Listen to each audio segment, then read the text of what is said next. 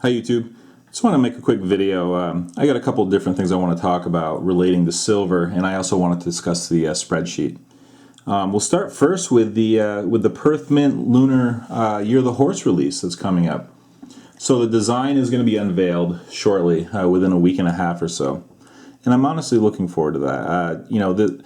Last year at this time we were pretty psyched to see the Perth Mint designs, and the sales should start shortly at the beginning of the month of September. Okay, so it's coming up, and my plan is to make the largest silver purchase I've ever made. Okay, I have big plans for the Lunar series, but, and there's a huge but here, it has to be priced right. Okay, let me just tell you flat out, it has to be priced right. Anytime any business has a product that's coming out with strong demand, they have to look at the pricing. And sometimes they reach for the stars, and that doesn't work for us. I think of like a baseball team, right? When they see strong secondary market for their item, if you're to use the Red Sox for example, there's strong scalper demand when the team was playing well. So every year the team takes a look at it and thinks to themselves they can raise ticket prices because the secondary market is so strong. It can absorb the extra demand. So they raise their prices. Well, that doesn't really work with us so well, with the Lunar series coming up, right? Because we know that there's strong demand there. But is there strong demand at 50? Is there strong demand at 40? Last year they priced the snakes, I thought, appropriately.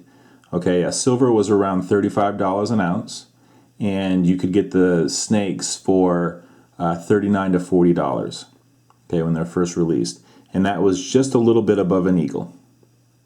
Okay, the kookaburras were just a little bit ahead of the eagle, and the Lunar series were just priced a little bit more expensive than the koalas and the kookaburras. I'm like, that's perfect.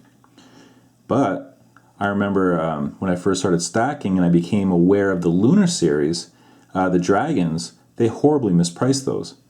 In fact, some of them were priced over $100 right away for a new bullion coin with a $300,000 mintage. That's insane. Okay, and anybody that bought at that price level got absolutely hosed. No other word to describe it. They got hosed. I don't know if it was the bullion dealers that were colluding there, or I don't know if it was the Perth Mint that charged an exorbitant amount, but whatever it was, anybody that bought the Lunar Series Dragons right away got absolutely destroyed.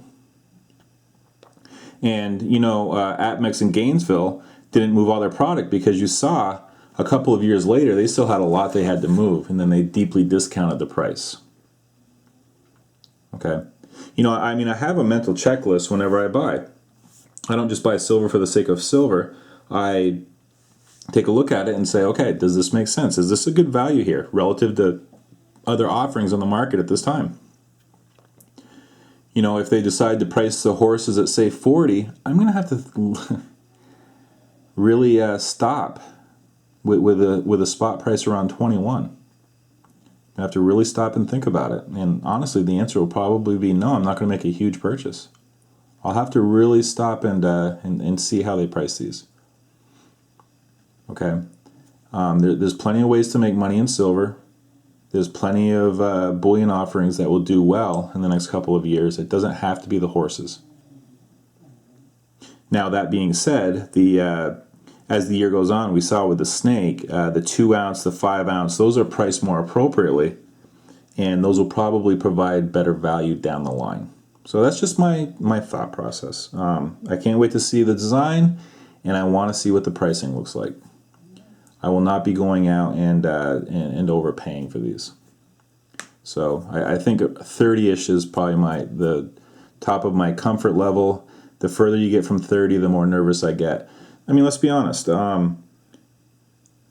Every dollar above spot, you're taking on more risk. So that's just the way I'm approaching this. People keep asking me, has silver bottomed? You know, you're always looking for that perfect bottom when you're you're always looking for that perfect bottom. All right, I know Hot Neo's going to come in with a joke here, so I'll let him do it. But with anything that goes down like silver has, you're looking for that perfect capitulation, sell-off, nice rebound, retest the bottom, and then go up from there, right? That's the perfect W bottom. And, you know, we haven't really seen that with silver, okay? You know, we certainly found a bottom around 1850 or so, but we haven't really retested it, and not with any volume. But you know what? Sometimes the perfect bottom doesn't appear. It doesn't have that textbook retracement and hitting the bottom again. Now, that being said, we've had the bounce. Maybe this is the bounce up, and maybe we need to go down and retest it. I honestly don't know. I know that I have mixed feelings, to be honest with you. It's nice to see the price going up. I think it overshot to the downside. There's no doubt about it, right? You know, you watch Moment in Trading's mining videos, and the first ones that he had done showed that there was plenty of meat on that bone for the miners. They were making some pretty good profits with silver in the 30s. And you know what? They responded by mining the absolute heck out of it. Okay? They brought more supply to the market in 2012 than in any year in history. Okay, I mean, just simply put, they really hammered it. Well, if you look at his more recent videos, you'll see that the miners are now struggling, okay, because it is very difficult for them to bring silver to market at a price point of $19, $20, $21. The input costs are rising, okay? So that's good news for us. Yeah, it feels good that the value of my stack goes up, but then I also know that I'm going to be making some buys here, and it's getting more expensive. So, yeah, mixed feelings. It's nice to see it doing well, though. You know, everybody was calling for the demise of silver, and we're going back down to $5 or $6 and all this other stuff. And hey, I mean, you know, I'm not ready to call a bottom, but the price action of silver is certainly a lot different now than it was a month ago or 2 months ago. I mean, can we at least give it that? You know, one thing that I am encouraged by is the gold to silver ratio shrinking, because I do price my silver and gold as well, okay? Because there will be a day where I think silver will come up in value quite a bit in relation to gold, and I would like to swap some out for gold, you know? And it would be nice to be able to just take a couple tubes of Eagles and turn it into a gold Eagle. So a nice 40-to-1 ratio. So we'll see. So in my estimation, I don't know.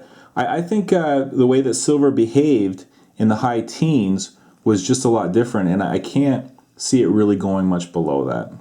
You started seeing miners starting to really make some panic moves.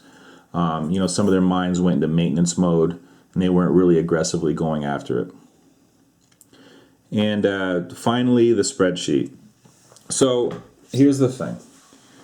When I first started the spreadsheet, my channel was just at the very beginning. I really didn't have a lot of subs. And I mean, it was fantastic. The whole point was, you know, not to track everybody's buys or anything like that. It was simply, let's create a tool that's motivational, kind of like a silver buyers anonymous kind of thing, where we just kind of root each other on and basically kind of root for each other and congratulate each other on our milestones and all that other stuff. And it was great. You know, once a month I did an update. And it took a lot of work because, you know, there's a lot of messages and everything else and going through and kind of parsing it all together. Well, what ended up happening is I went on vacation for a couple of weeks in April. And I really didn't, I didn't go to YouTube at all. And things got really backed up. Plus, I did a video called The Big Silver Stack, How Bad Do You Want It? And that brought a lot of subs to my channel. That brought a lot of new people to my channel. And the combination of everything just got buried. Just buried. And I got back, and you know, when you're gone for 2 weeks, you're trying to get caught up at work.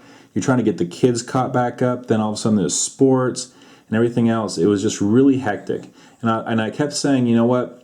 I'll find a time where I can just sit down and go through all this stuff and get it back together and get everything back on track. Well, when my wife and kids went to Michigan in early July, I did just that. I sat down and I was like, all right, let's get this done. Let's get moving here. So I started going through the messages. Guys, I have 9,000 posts and everything in my Gmail account. Okay, buried. I'm absolutely buried with all the stuff from like April and everything else just got buried. I couldn't go through it and find all of the notes and everything else. And of course, because I wasn't pushing it, fewer and fewer people were engaging in it. So I feel horrible. I really do. And I know that some people are going to say, don't feel bad, but I really do, because I know that I let some of you down on this. The simple fact of the matter is things just grew to a point where I just simply couldn't do it. And I really feel bad about that. The thing that I feel good about, though, is we've created an environment here, though, where even though there isn't a spreadsheet, all of the what am I trying to say here? The spirit of the spreadsheet is there all the time, and you guys have to see that. I'm thinking about just as a most recent example, Mr. Boyd, right? And he just did his follow-up video, but he basically put out a video saying, I'm in debt and this is tough, and should I keep stacking silver? And he got a lot of support from a lot of people saying, no, you're doing the right thing. Kill that debt. Silver will still be here later. And in 2 months, he cut his debt in half. I have to think that some of that was due to you guys giving him support and kind of pushing for him and rooting him on. I know for a fact that some of you are stacking harder and doing better because of the support that you're getting from other YouTubers. I know you are. And that is something that means a lot to me. And even though it's not on an Excel spreadsheet, the spirit of it is still there. And people are still doing well and possibly even better than not being involved in this community. So from that perspective, I feel really good about what we're doing here. I know that this is a little bit unique from that perspective, right? And the hope is that everybody can kind of do well together, knowing that we're all in the same boat. And yeah, I watch a lot of silver channels, and I watch a lot of the big ones, and there's not that dynamic there, right? If you go to, I don't want to make examples here, but you guys know what I'm talking about. Just that spirit of pulling for each other, it's just different. And I hope that you guys recognize that, because that's something that's really important to me through this whole thing. And I just know that when December comes around and we look back on this year that started out so slowly and with so many question marks. Remember, our health benefits went up. They took away the 2% Social Security tax cut that we had a few years ago. Remember how it seemed like, oh boy, how are we going to do this? And yet here we are. I think for the most part, most of you guys, from the feedback I'm getting have killed it. And that makes me feel really good. So in all honesty, guys, I can't keep up with the spreadsheet, and I apologize for that. But like I said, I honestly believe that everything that we kind of put in place for using the spreadsheet has kind of lived on in a different way. Let me know what you think about that. If I'm out to lunch on this, or if I'm correct in my assessment of it. Okay, sorry, this kind of dragged on. Now I'm rambling. Okay, guys, I'll talk to you later.